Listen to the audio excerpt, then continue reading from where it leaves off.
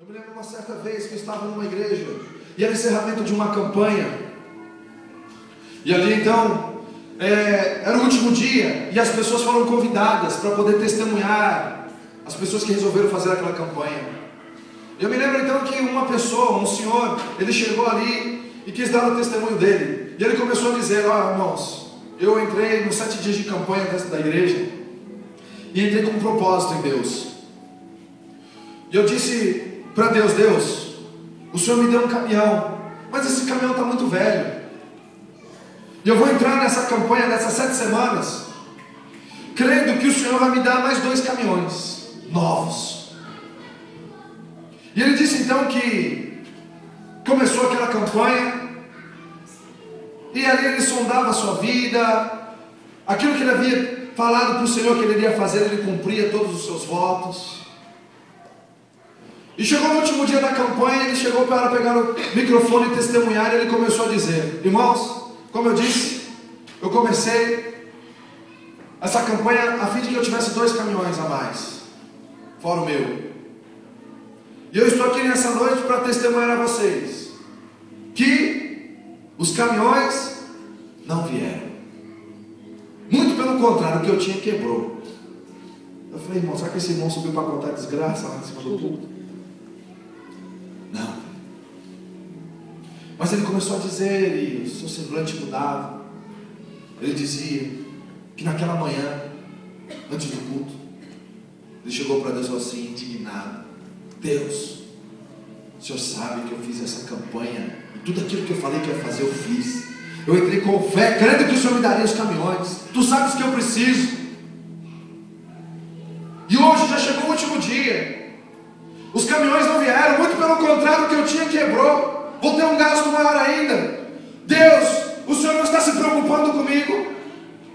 O Senhor não está atendendo, olhando para a minha necessidade.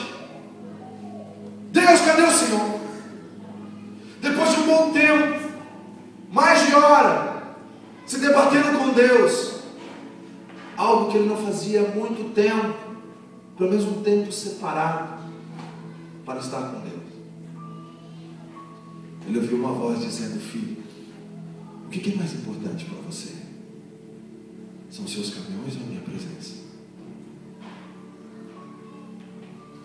Ele disse, com lágrimas nos olhos: por muitos anos eu frequentei a igreja, por muitos anos eu frequentei os cultos da igreja, mas eu nunca vi a voz tão doce de Deus como eu vi hoje. Aleluia. E por mais que eu não tenha conseguido esses caminhões, eu senti que algo mudou dentro de mim. E eu estou com fome e sede da presença de Deus. Que Deus nos leve a um nível de relacionamento profundo. Por mais que as coisas estejam difíceis, por mais que as coisas estejam complicadas, aí você possa chegar e dizer: eu te amo. Aleluia. Nada poderá me separar do amor que eu sinto por ti. Não vai ser a altura, não vai ser a profundidade, não vai ser a morte, não vai ser a vida. Nada irá me separar de ti. Que Deus possa estar resgatando em nós esse desejo de se relacionar com Ele. Eu tenho uma expressão em particular, é algo particular, mas eu estava ali na casa do pastor Inácio ontem,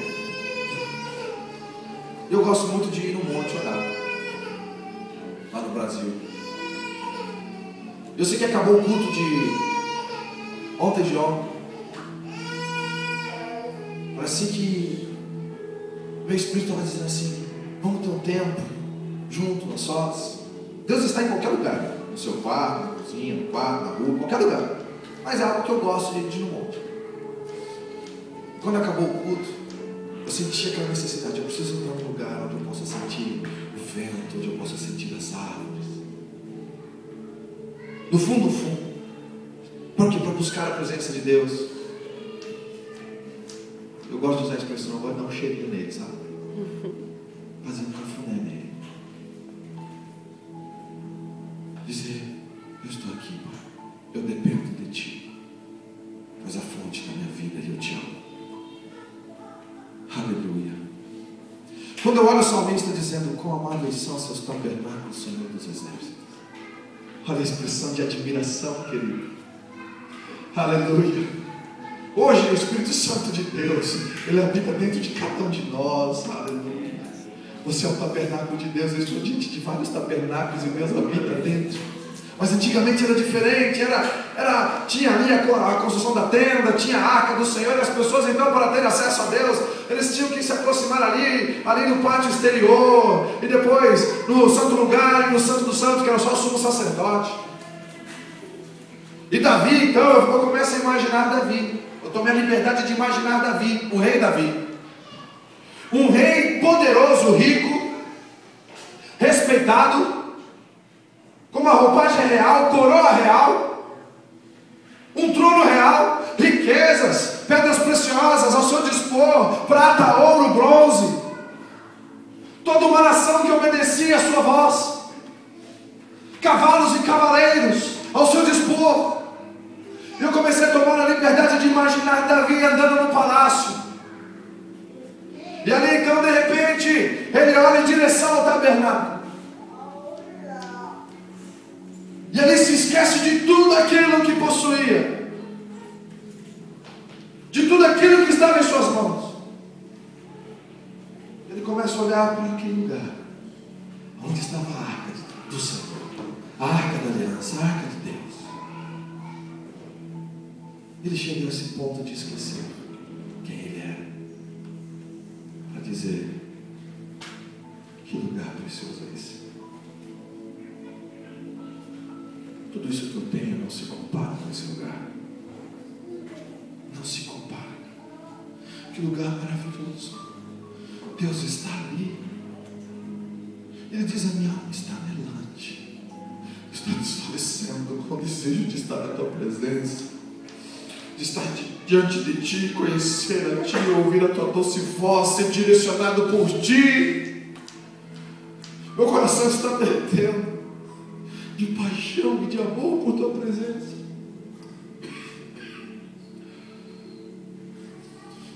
Nós temos uma forte tendência de trocar o Senhor pelas coisas que Ele nos dá. São coisas boas. Mas Davi, não. O palácio não é mais importante do que esse lugar. A coroa que eu possuo, eu me prostro diante dele. Porque nenhum lugar é melhor do que esse lugar. A minha alma está anelante, desfalecendo por Ti.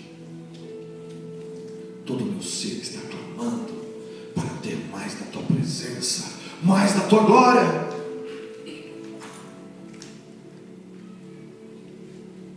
O nome do nosso ministério é Kabod. A palavra hebraica refere-se a peso de glória, glória intensa. E por que desse nome? Porque eu sinto no meu coração que Deus quer nos levar, a cada um de nós, a um nível mais profundo de busca pela Sua presença. Nós buscamos tantas coisas, priorizamos tantas coisas, mas não priorizamos Ele. Deus está levantando um povo, dentro do próprio povo, que quer resgatar a comunhão íntima com Deus.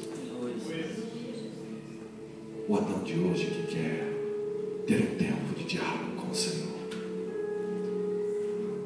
a qual vai poder dar atenção à voz do Espírito Santo.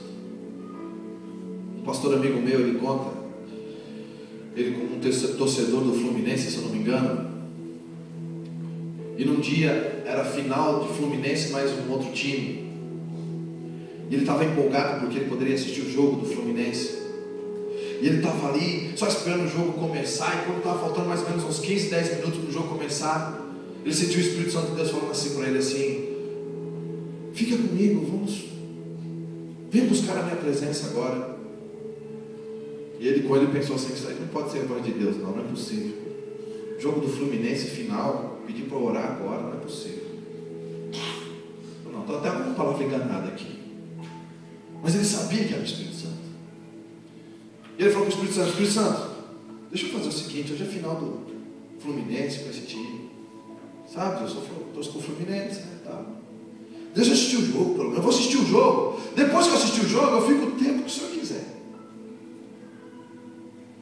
E aí então, quem cala consente, né? O Espírito Santo não falou nada, então vou assistir o jogo.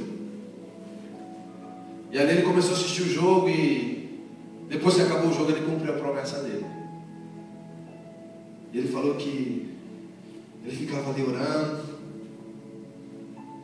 orando, clamando pela presença de Deus, e ele, como se conhecia, né, ele sabe os momentos dele de relacionamento com Deus.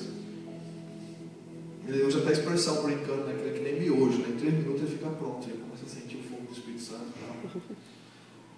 E ele estava ali buscando e nada, 1 hora e nada, 1h15 e nada. Aí ele falou assim, tem alguma coisa errada. Por que o Espírito Santo está diferente hoje? Não que a gente tem que sentir sempre, a gente tem que andar pela fé, pela palavra de Deus. Mas ele sabia que tinha alguma coisa errada. Ele perguntou, Espírito Santo, o que está acontecendo? Por que está diferente hoje? Quando ele abriu espaço para o Espírito Santo falar no coração, ele falou assim, filho, eu não te pedi 1 hora, 2 horas do seu tempo depois do jogo. Eu pedi pelo menos os seus 5 minutos de obediência.